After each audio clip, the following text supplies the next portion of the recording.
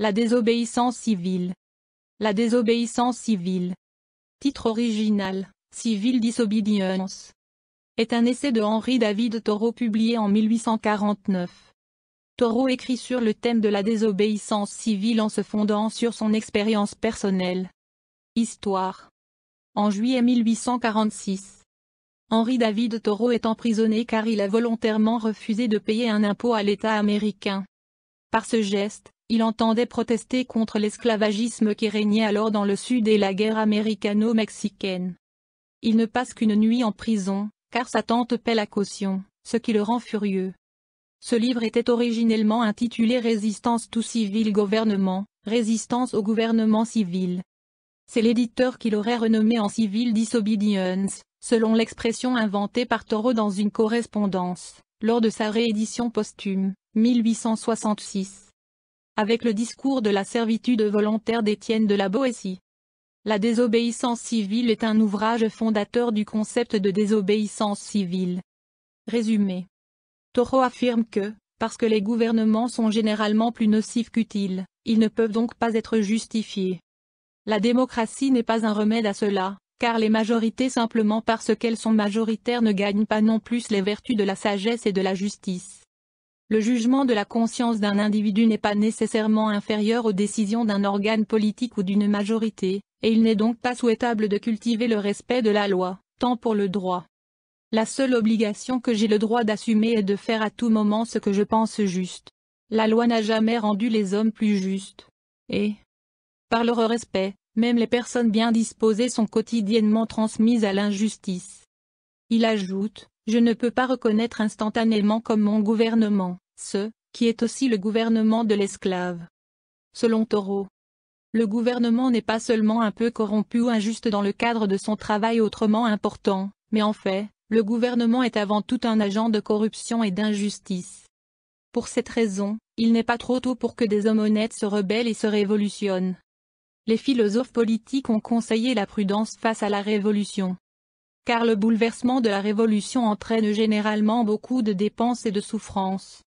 Thoreau soutient qu'une telle analyse coût-avantage est inappropriée lorsque le gouvernement facilite activement une injustice aussi extrême que l'esclavage. Une immoralité aussi fondamentale justifie toute difficulté ou dépense pour y mettre fin. Ce peuple doit cesser de détenir des esclaves et de faire la guerre au Mexique, bien que cela leur ait coûté leur existence en tant que peuple. Thoreau dit à son auditoire qu'ils ne peuvent blâmer ce problème uniquement sur les politiciens du Sud pro-esclavage, mais doivent blâmer ceux du Massachusetts.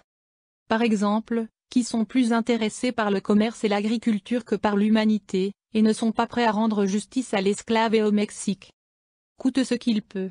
Il y en a des milliers de personnes opposées à l'esclavage et à la guerre, qui ne font en réalité rien pour y mettre fin. Il exhorte les gens à ne pas simplement attendre passivement une occasion de voter pour la justice. Car voter pour la justice est aussi inefficace que de souhaiter justice. Ce que vous devez faire, c'est d'être réellement juste. Cela ne veut pas dire que vous avez l'obligation de consacrer votre vie à la lutte pour la justice. Mais vous avez l'obligation de ne pas commettre d'injustice et de ne pas donner à l'injustice votre soutien pratique. Le paiement des impôts est un moyen par lequel des gens autrement bien intentionnés collaborent dans l'injustice. Les gens qui proclament que la guerre au Mexique est fausse et qu'il est faux de faire respecter l'esclavage se contredisent s'ils financent les deux choses en payant des impôts. Thoreau souligne que les mêmes personnes qui applaudissent les soldats pour avoir refusé de mener une guerre injuste ne sont pas elles-mêmes disposées à refuser de financer le gouvernement qui a déclenché la guerre. Dans une république constitutionnelle comme les États-Unis, les gens pensent souvent que la réponse appropriée à une loi injuste est d'essayer d'utiliser le processus politique pour modifier la loi. Mais d'obéir et de respecter la loi jusqu'à ce qu'elle soit modifiée. Mais si la loi est elle-même clairement injuste et que le processus législatif n'est pas conçu pour effacer rapidement de telles lois injustes, alors Thoreau affirme que la loi ne mérite aucun respect et qu'elle devrait être enfreinte. Dans le cas des États-Unis, la Constitution elle-même consacre l'institution de l'esclavage et fait donc l'objet de cette condamnation. Selon Thoreau, les abolitionnistes devraient retirer complètement leur soutien au gouvernement et cesser de payer des impôts. Même si cela implique de courtiser l'emprisonnement, voire la violence. Sous un gouvernement qui emprisonne injustement quelqu'un. Le véritable endroit pour un homme juste est aussi une prison. où l'État place ceux qui ne sont pas avec elle, mais contre elle. La seule maison d'un État esclave où un homme libre peut demeurer avec honneur.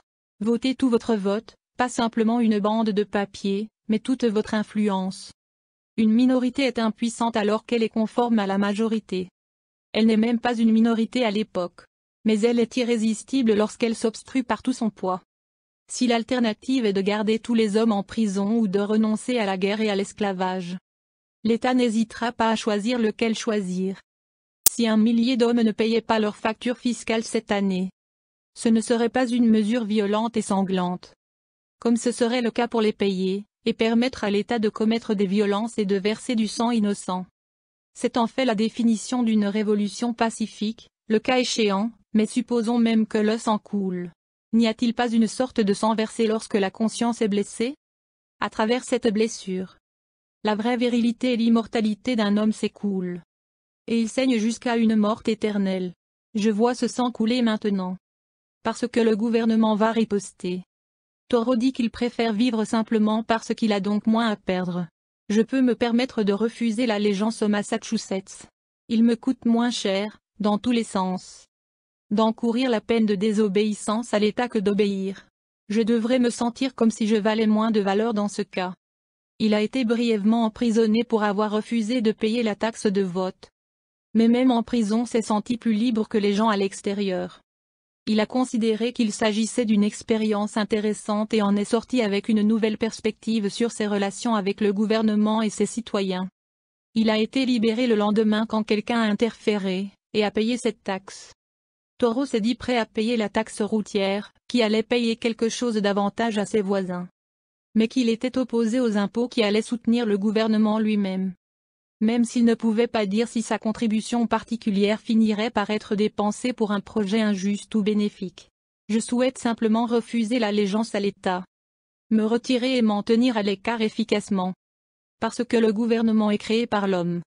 Et non pas un élément de la nature ou un acte de Dieu. Toro espérait que ses créateurs pourraient être raisonnés avec. Au fur et à mesure des gouvernements, estime-t-il. Le gouvernement américain, avec toutes ses fautes, n'était pas le pire et avait même quelques qualités admirables. Mais il estimait que nous pouvions et devrions insister pour mieux.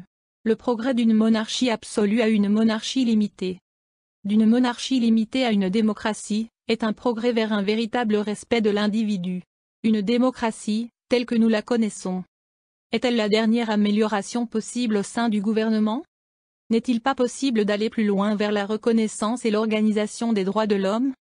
Il n'y aura jamais d'État vraiment libre et éclairé tant que l'État n'aura pas reconnu l'individu comme une puissance supérieure et indépendante, dont proviennent toute sa propre puissance et autorité, et le traite en conséquence. Un aphorisme souvent attribué par erreur à Thomas Jefferson, « Ce gouvernement est le meilleur qui gouverne le moins », a été trouvé dans la désobéissance civile de Toro. Toro paraphrasait apparemment la devise de The United States Magazine and Democratic Review, « Le meilleur gouvernement est celui qui gouverne le moins », qui pourrait également s'inspirer du 17e verset du Tao Te Ching de Lao Tzu, « Les meilleurs dirigeants sont à peine connus de leur sujet ». Toro l'a considérablement élargi. J'accepte de tout cœur la devise, « Ce gouvernement est le meilleur qui gouverne le moins », et j'aimerais qu'il se concrétise plus rapidement et systématiquement. En effet, cela revient enfin à ceci, ce que je crois également, ce gouvernement est le meilleur qui ne gouverne pas du tout, et lorsque les hommes y seront prêts, ce sera le genre de gouvernement qu'ils auront. Le gouvernement est au mieux, mais il est opportun, mais la plupart des gouvernements sont généralement, et tous les gouvernements sont parfois inopportuns. Toro, désobéissance civile. Fin du résumé. Merci.